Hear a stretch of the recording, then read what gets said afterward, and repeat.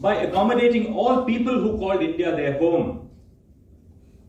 For the founders of our Constitution, the Constitution was premised on both a deep trust in the tolerant nature of her citizens and an unshakable belief that our diversity would be a source of strength. As Mehta observes, where the population was largely illiterate, the Constitution conferred universal adult franchise. Where the population was diverse and assorted, the Constitution conferred citizenship, mind you, without regard to race, caste, religion, or creed. Where the people were deeply religious, the Constitution adopted the principle of secularism. Where the Indian state stood united, the Constitution created a federal democracy with all the political instruments necessary for local self-governance. Diversity within the strands of our Constitution is a reflection of the diversity of our people. One cannot exist without the other. During the framing of the Constitution, the framers had to address two strands in political thought: liberalism and pluralism. Liberalism meant that people order their actions as they think fit, without asking leave of or depending on the will of any other person, particularly the government. Thinkers from Locke to John Rawls agreed on the fundamental liberal principle that the burden of a justification falls upon those who seek to interfere with liberty. This entailed questioning the reason to obey monarchs and led to the idea that rulers are bound by a set of rules as encapsulated in the Magna Carta. The negative conception of liberty, which emphasized the absence of interference, was soon replaced with a positive conception that liberty goes beyond a guarantee of non-interference. It referred to the creation and the sustenance of conditions conducive to the free exercise of rights. It was then natural that pluralism, conceptualized as people pursuing a plurality of values, ends, and cultural life, would seem to conflict with the absolute exercise of freedom by every individual. Take, for example, a linguistic minority seeking to introduce their language as a compulsory subject in schools established by them. A student would argue against this, claiming an absolute freedom of choice. The Constituent Assembly was tasked with expressing the equal worth of every individual, as well as addressing the social reality of diversity along many axes. Another significant issue called for attention. How was the Indian state to protect cultural and group identity and ensure the prevention of disability that arose from membership of certain groups? The rights which are encapsulated in Part 3 of the Constitution are a good starting point to understand the broad idealism of the framers in crafting a document which sought to balance these seemingly conflicting threads in political thought to ensure a delicate balance in the guarantee of individual liberty and the protection of a plural polity. Our rights are best understood in three broad senses. The first set of rights articulate a commitment to individual liberalism, the right to equality, the right to the freedom of speech and expression, the right to move freely throughout the territory of India, and the right to life and personal liberty ensured a fundamental commitment to individualism in a liberal democracy. The individual became the focal point, the focal unit of Part 3. Every individual was guaranteed the protection and the free exercise of individual rights for the fulfillment of any end considered to be of fitting value to them. The second set of rights are rights which are framed in terms of group rights. These include the rights of religious denominations to establish and maintain institutions for religious and charitable purposes, or the right of a section of the citizens to conserve a distinct language, script, or culture. Another striking example of this is the power of the state to restrict the freedom to form associations, or unions, or to move around freely throughout the territory of India for the protection of the interests of any scheduled tribe. This demonstrates that the Indian Constitution recognizes certain groups as direct bearers of individual rights, of constitutional rights. The location of groups as distinct bearers of rights was nested in the understanding that membership of groups had a unique role of crafting and determining individual identity. It is the third set of rights that demonstrate a true understanding of the perceived tension between the liberal and the plural strands of the Indian polity. While the framers were awake to the notion that the fulfillment of certain individual rights existed only in relation to groups, it was equally important for them to recognize that the members of certain social groups prevented the fulfillment of the liberal ideal which the Constitution sought to guarantee. This required the recognition that formal equality would only preserve the inequalities faced by individuals by virtue of the membership of groups, whether caste groups or religious groups. Take, for example, a religious group which prohibits the entry of women into institutions of worship grounded in their physiological characteristics. Here, inequality on the basis of sex is grounded in the membership of the group which seeks to prevent their entry. For this reason, the state was empowered to provide for social welfare and reform by throwing open Hindu religious institutions of a public character to all sections of Hindus. Similarly, the Constitution enacted a complete ban on untouchability and its practice in any form. Our Constitution also stipulates that no citizen is to be subject to any disability or condition. With regard to access to public spaces and the use of public resources on grounds of religion, race, caste, sex, or place of birth, and the state is empowered to legislate special provisions for the advancement of socially and educationally backward classes of citizens. In elevating groups as distinct rights holders, as well as empowering state intervention to address historical injustice and inequality which has been perpetrated by group membership, the framers located liberalism within the pluralist reality of India and conceptualized every individual as located between the intersection of liberal individualism and plural belonging.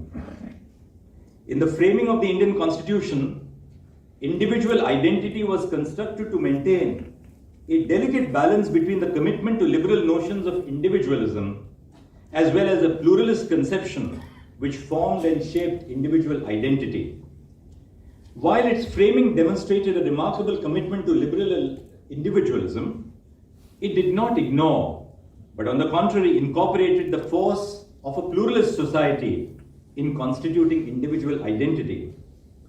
This was crucial, for then the provisions of the Constitution hold a significance larger than the sum of its parts and is found in two distinct understandings of pluralism in the Indian polity. The first understanding is that pluralism has an ameliorative dimension. The second understanding is that pluralism has a constitutive dimension. These two dimensions are crucial in disregarding misconceptions of the meaning of pluralism in Indian society today and also structuring positive measures required for its protection. In the ameliorative sense, a commitment to pluralism does not imply non-interference with group practices which hinder the constitutional vision of an equal citizenship premised on equal dignity, worth, and liberty of every individual. The constitutional provisions on the freedom of religion best exemplify this. The individual right to the freedom of religion is not intended to prevail over, but is subject to the overriding constitutional postulates of equality, liberty, and personal freedoms recognized in the other provisions of Part 3. The scheme of Articles 25 and 26 of the Constitution does not disturb but strengthens the ethos of Part 3, which is premised upon individual autonomy and dignity as the central overarching values which infuse all fundamental rights with meaning. In the liberal promise of our Constitution, a balance was struck in relation to the position to be accorded to religion in the public sphere, essential but not impregnable. The Constitution went beyond the classical liberal commitment of disenabling people in power by enabling those who have traditionally been deprived of power. In the constitutive sense, the Constitution demonstrates an understanding that group identity and cultural difference play a significant role in shaping individual identity. One example of this is found in the linguistic diversity of our nation. Language is not understood merely as a tool for communication, but an identity in itself. Thoughts are not abstract wisps of consciousness, but are in fact conceptualized and grounded in a particular language along with its unique characteristics. In other words, language and its idiosyncrasies fundamentally structure the way we think. Whenever I meet someone who speaks many languages, I sometimes wonder upon which language they think in. In a historically multilingual society like India, where language is so intrinsic to one's own self of history and identity, the plurality of language is the plurality of thought itself. George Orwell, in his classic 1984, highlighted the significance of language. In his dystopian world, the fictional language, newspeak, was a controlled language of restricted grammar and limited vocabulary. It was meant to be a vehicle of thought control, meant to limit personal identity, self-expression, and free will. For example, the only meaning of the word free in newspeak was to denote the absence of something. This field is free of weeds. Politically, the word was not envisaged to denote a free will. Consequently, any such political notion was eliminated from society. Other words that were deliberately omitted from the newspeak language included justice, science, and democracy. Liberty and equality were reduced to a single word, crime think, which referred to thought which was considered not in line with the principles of society. This highlighted the political value of controlling language and controlling diversity. Our sense of group belonging is a significant factor in the formation of our identity and provides members with a sense of individual as well as collective forms of identity. We identify with and recognize one another as members of the same group on the basis of shared and divergent values and have a more or less settled desire that the group should survive and flourish in the future. This unique sense of constituting identity was well understood by the British, who attempted to make such diversity manageable. For example, the notorious Vernacular Press Act of 1878, which was enacted by Lord Lytton, targeted certain publications in Oriental languages. The Amrit Bazar Patrika in Calcutta had to convert itself into an all-English weekly within a week of the act being passed. Such are the dangers of thought control. Historian Ramchandra Guha in India After Gandhi has stated in the book's epilogue titled Why India Survives that the two cornerstones to the foundation of the Indian Republic are pluralism of religion and pluralism of language. He takes the example of our currency notes, which have denominations printed in Hindi and English, along with 15 other languages printed on the reverse side of the note. With each language and each script, he says, comes a distinct culture and regional ethos, nesting with the idea of India as a whole. Today, the 8th schedule houses 22 languages, which represents the mother tongue of 96.7% of the Indian population. The decision to shift Article 29, which includes the right to conserve distinct languages, from the Fundamental Duties chapter to the Fundamental Rights chapter, also elucidates the effort that was taken towards the realization and not just the recognition of pluralism. This understanding of the role of group life is crucial for the recognition that cultural diversity and pluralism cannot be adequately addressed merely by a principle of non-interference. In the aftermath of the European wars of religion, Reformation liberalism emphasized on the virtue of toleration. However, a commitment to true pluralism implies that the sources of diversity and the claims made by cultural minority groups today are not reducible to the early accounts of religious toleration, which aimed only to promote civil peace and order. The object of the principle of toleration was to promote public peace and public order. Compared to the Western notions of pluralism and multiculturalism, which are limited to state-sponsored allocation of resources, the democratic inclusion and protection of a wide range of cultural minorities and diversity is premised on the inculcation of mutual respect between different communities and the creation of positive spaces for these identities to thrive. In moving beyond merely tolerance, celebrating and protecting diversity is linked with justice, equal concern, and respect for every individual. I then now, in the next part of my presentation, ask myself, how then does the Indian nation state ensure the creation and sustenance of spaces conducive for realizing the ideals of pluralism? I wish to highlight three facets. First, the realization of the deliberative ideal in our society. Second, the continuous process of defining India. And third, realizing the constitutional trust which is placed on every individual through a sense of fraternity. An essential aspect of every democracy, and particularly a successful democracy, is its commitment to the protection of deliberative dialogue. Citizens manifest their equality not only by refraining from interference with the freedom of expression of others, they also do so by sustaining conditions conducive to free communication. At the first level, this is nested within the institutional structures that give the country its laws. Deliberation within the legislature furthers a commitment to the fundamental liberal principle that political outcomes must be justified not by reference to self-interest and political power, but to reason and the ability to convince one another as to why a proposed course of action is beneficial.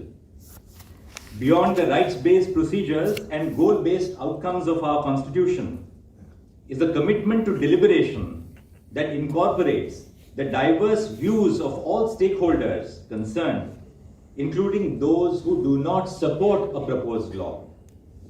The fine balance between majoritarianism and liberal democratic governance is marked by constitutional principles wedded to the rule of law, the guarantee of individual freedom, and ensuring freedom from discrimination. A democracy welded to the ideal of reason and deliberation ensures that minority opinions are not strangulated and ensures that every outcome is not a result merely of numbers but of a shared consensus.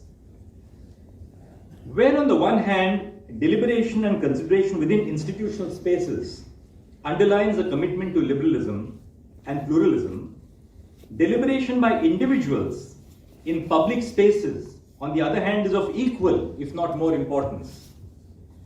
The true test of a democracy, and our democracy is no exception, the true test of a democracy is its ability to ensure the creation and protection of spaces where every individual can voice their opinion without the fear of retribution.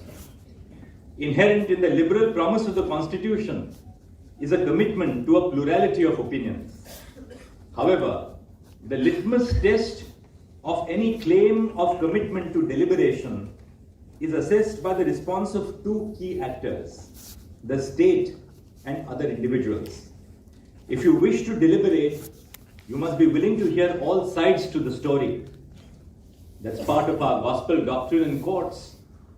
A legitimate government committed to deliberate dialogue does not seek to restrict political contestation, but welcomes it.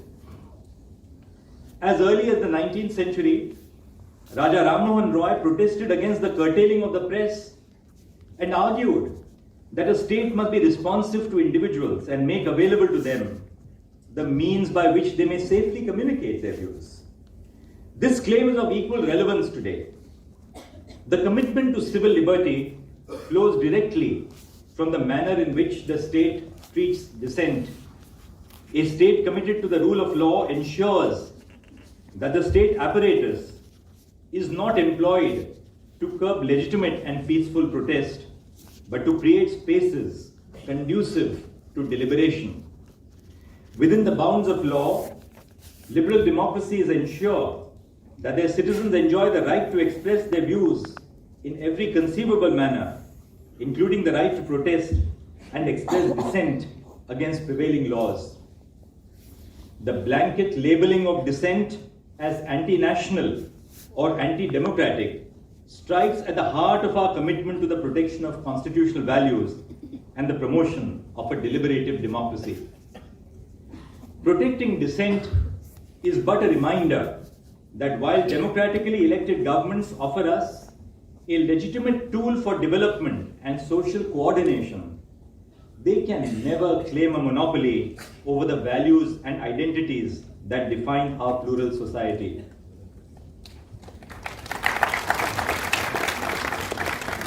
The employment of state machinery to curb dissent instills fear and creates a chilling atmosphere on free speech, which violates the rule of law and detracts from the constitutional vision of a pluralist society. The destruction of spaces for questioning and dissent destroys the basis of all growth, political, economic, cultural, and social. In this sense, dissent is the safety valve of democracy. The silencing of dissent and the generation of fear in the minds of people go beyond the violation of personal liberty and a commitment to constitutional values. It strikes at the heart of a dialogue-based democratic society which accords to every individual equal respect and consideration. A commitment to pluralism requires positive action in the form of social arrangements where the goal is to incorporate difference, coexist with it, and allow it a share of our social spaces. There is thus a positive obligation on the state to ensure the deployment of its machinery to protect the freedom of speech and expression, of course within the bounds of law, and dismantle any attempt by individuals or other actors to instill fear or to chill free speech. This includes not just protecting free speech, but actively welcoming and encouraging it. An equal obligation to thwart attempts to curtail diversity of opinions rests on every individual who may not agree with opposing views. Mutual respect and the protection of a space for divergent opinions is the process of viewing every individual as an equal member of a shared political community, where membership is not premised on sharing a unanimous opinion. As Professor Scanlon has put it, toleration recognizes that common membership is deeper than conflicts and recognizes that others are just as entitled as we are to the definition of our own society. When we look at each other, we do not just see fellow citizens entitled to our individual liberties. We perceive a mind, we perceive a consciousness which is not our own, which has its own worldview and its own account of how it should treat people who it sees as the other. Taking democracy seriously requires us to respond respectfully to the intelligence of others and to participate vigorously, but as an equal in determining how we should live together.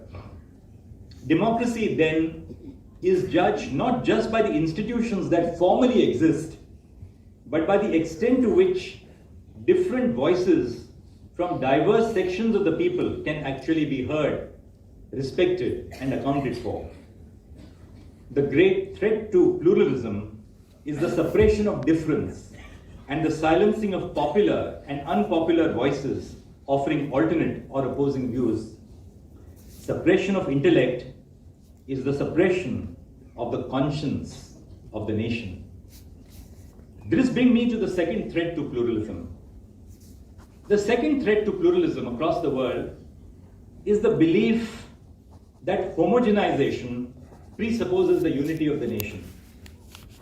Alongside the ideals of securing to every individual justice, liberty, and equality, the Constitution envisages the unity and integrity of the nation. However, there is a belief that this ideal is achieved by the eradication of diversity and by the assimilation of all identities. At the time of its birth, the nation was conceptualized as incorporating its vast diversity and not eliminating it. A member of the Constituent Assembly, Reverend Jerome D'Souza, described the conception of Indian pluralism when he said, and I quote him, he said, "I do not think that the great majority communities of India or any of their most honored representatives would be guilty of all that unfair overriding of privileges and safeguards. But by a genuine, though mistaken love of country and desire for unanimity and homogeneity, which it is not possible to have and which perhaps is not even necessary." As I have stated before, the framers demonstrated a commitment for the protection of India's pluralist strands. For this reason, amendments to delete the right to propagate religion and to include a ban on modes of dressing by different communities which identified with a religion were negatived in the Constituent Assembly. By negating these amendments, the Constituent Assembly asserted the place of plural expression in the public sphere and signaled a clear departure from the singular unification model. Similarly, even though it was unanimously agreed that the freedom to propagate religion was included within the freedom of speech, the Assembly found it necessary to include a specific provision in Article 25, also stating that a heavy responsibility would be cast on the majority to see that the minorities feel secure. A united India is not one characterized by a single identity, devoid of its rich plurality, both of culture and of values. National unity denotes a shared culture of values and a commitment to the fundamental ideals of the Constitution, in which all individuals are guaranteed not just the fundamental rights, but also the conditions for their free and safe exercise. Pluralism depicts not merely a commitment to the preservation of diversity, but a commitment to the fundamental postulates of individual and equal dignity. In this sense, pluralism furthers the basic postulates of the Constitution and nourishes and provides content to the goal of national unity. In the creation of the imagined political community that is India, it must be remembered that the very concept of a nation state changed from hierarchical communities to networks consisting of free and equal individuals. India, as a nation committed to pluralism, is not one language. It is not one religion, one culture, or one assimilated race. The defense of pluralism traverses beyond a commitment to the text and vision of the Constitution's immediate beneficiaries, the citizens. It underlines a commitment to protect the very idea of India as a refuge to people of various faiths, races, languages, and beliefs. India finds itself in its defense of plural views and its multitude of cultures. In providing safe spaces for a multitude of cultures and the free expression of diversity and dissent, we reaffirm our commitment to the idea that the making of our nation is a continuous process of deliberation and belongs to every individual. No single individual or institution can claim a monopoly over the idea of India. Defining the national identity in a collective and inclusive manner is crucial. For as Bhikkhu Parekh has said, our sense of identity, or who we think we are, informs our values, guides our small and large choices, and gives our lives a sense of direction and coherence. The idea of a plural India guides and dictates how the institutions envisaged by the Constitution, as well as the individuals in society, respond to diversity. In a polity committed to the protection of a plural identity, there is a positive obligation on every actor to create conditions to the flourishing of diverse identities. These conditions must exist in the very structure of our institutions, as well as in the public sphere. This idea is put succinctly by Nobel laureate Amartya Sen when he states that our plural heritage is thus socially enriching as well as politically crucial. Finally, the commitment to pluralism lies in the constitutional trust expressed by the framers on every individual. The preamble sets forth the founding vision of securing to all its citizens justice, liberty, and equality. However, the founders recognized that a commitment to pluralism went beyond its guarantee in the Constitution and in its institutions. The commitment to pluralism lay in how it was worked by individual citizens. In this sense, the guarantees of equality and liberty stipulated only a restricted pluralism. For this reason, the framers postulated that fraternity presupposed the recognition of its ideals, a sense of brotherhood and sisterhood that went beyond the guarantee of equality and liberty. Dr. Ambedkar put it eloquently when he said that without fraternity, liberty and equality could not become a natural course of things. It would require a constable to enforce them. An example of this constitutional trust and obligation is evident in the divergent views of the relationships between majorities and minorities upon India gaining her independence. During the colonial rule, the Morley Minto reforms recommended separate electorates for minorities. This recommendation for the first time introduced identity politics into the Indian regime by classifying groups as majority and minority. Minto justified the provision of separate electorates for Muslims because, according to him, and I use his words, he said they were a separate community, distinct by marriage, food and custom, and claiming in many cases to belong to a race different from the Hindus. The emphasis was on the magnification of differences between different groups, on the assumption by the British that a group will only protect its own interests. However, the Constituent Assembly dealt with the question of plurality in a significantly different manner. When the Constituent Assembly was called upon to decide the fate of separate electorates in independent India, they decided that its inclusion was not essential to and even contrary to the requirements of a pluralist society. Our Constituent Assembly and framers rejected separate electorates and dismissed the relevance of numerical disadvantage in a polity. The framers of the Constitution rejected the notion of a Hindu India and a Muslim India. They recognized only the Republic of India. As one member, Sardar Hukam Singh, in the Constituent Assembly said, we should proceed towards a compact nation, not divided into different compartments, but one where every sign of separatism should go.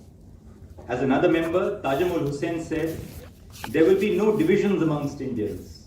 United we stand, divided we fall. The framers provided safeguards for the protection of individual identity as a part of a group and placed trust in future generations to create a common bond of what it meant to be Indian that shunned homogeneity and celebrated diversity in a manner that is not divisive. It is that trust of the framers that we strive to live up to today. Fraternity can only be realized when there exists a nation where different groups do not merely coexist, but also share a common thread of tolerance, love, respect, and affection. For example, the Rakhi protest called by Rabindranath Tagore, Gurudev Tagore, prevented the partition of Bengal with people exercising a token of solidarity and harmony. The historian Arnold Toynbee sums up this message when he says that we must learn to recognize and understand the different cultural configurations in which our common human nature has expressed itself. However, we must move beyond understanding them and value them and love them as being part of mankind's common treasure and therefore being ours as well. The transgender community in India is traditionally self-organized in a system of gharanas and enjoys a vastly different form of chosen familial bonds, reflecting an age-old culture.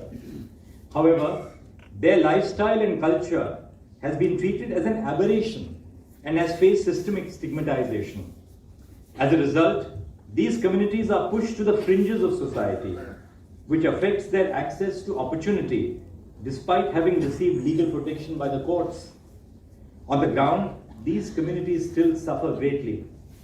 Similarly, the lifestyle and culture of the LGBTQ communities has been treated as an aberration in the past, facing systemic stigmatization. As a result, these communities are pushed to the fringes of society, affecting access to opportunity. The judgments in Nalsa, recognizing transgenders as a third gender, and in Navte Johar, decriminalizing consensual sexual activities between people of the same sex and adults, do not directly translate to complete freedom and equality of members of the LGBTQ community in India.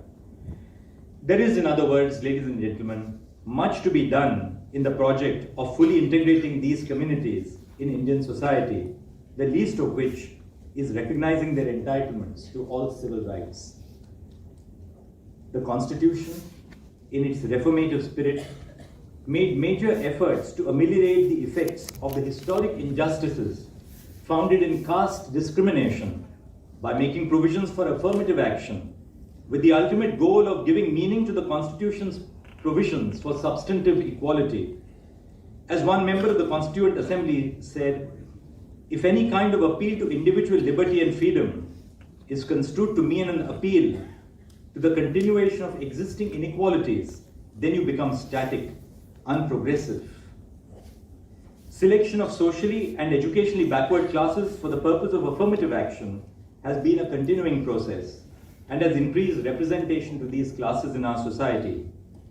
There is, however, a need to go beyond the mere representation of caste identities. A solution to deeply embedded forms of caste discrimination must come from within society. Dr. Ambedkar advocated for intercaste marriages, which even today are resisted by the shackles of tradition. While the law makes stringent punishment for all acts of discrimination and the courts guarantee constitutional protection, the need is for an all-embracing social movement to embrace, respect, and empower people from all segments, irrespective of ascribed identities. It is in our seeking answers to difficult questions that the true battle for a plural India is waged.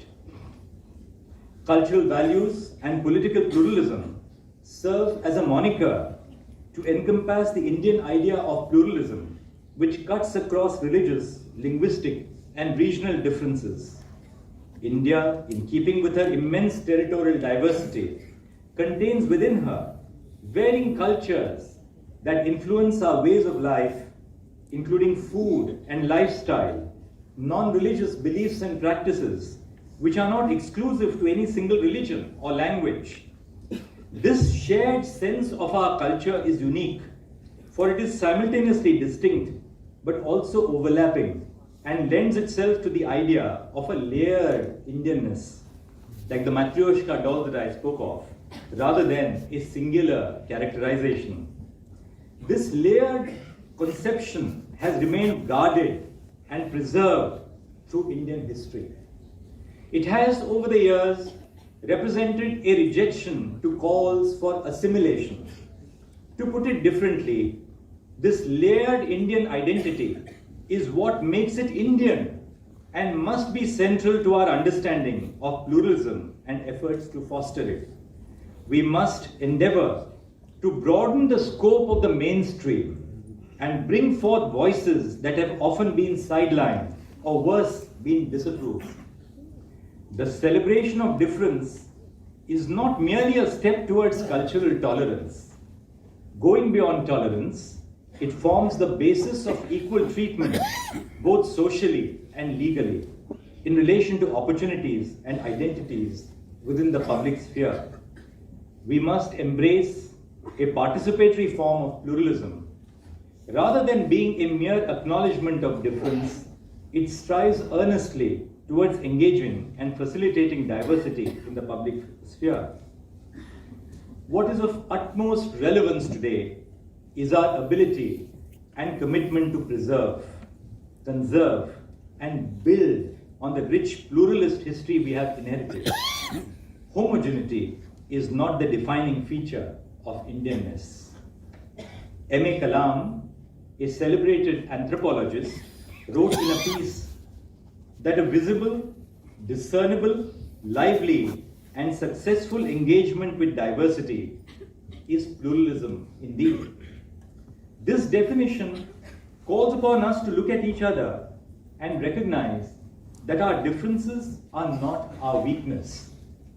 Our ability to transcend these differences in recognition of our shared humanity is the source of our strength.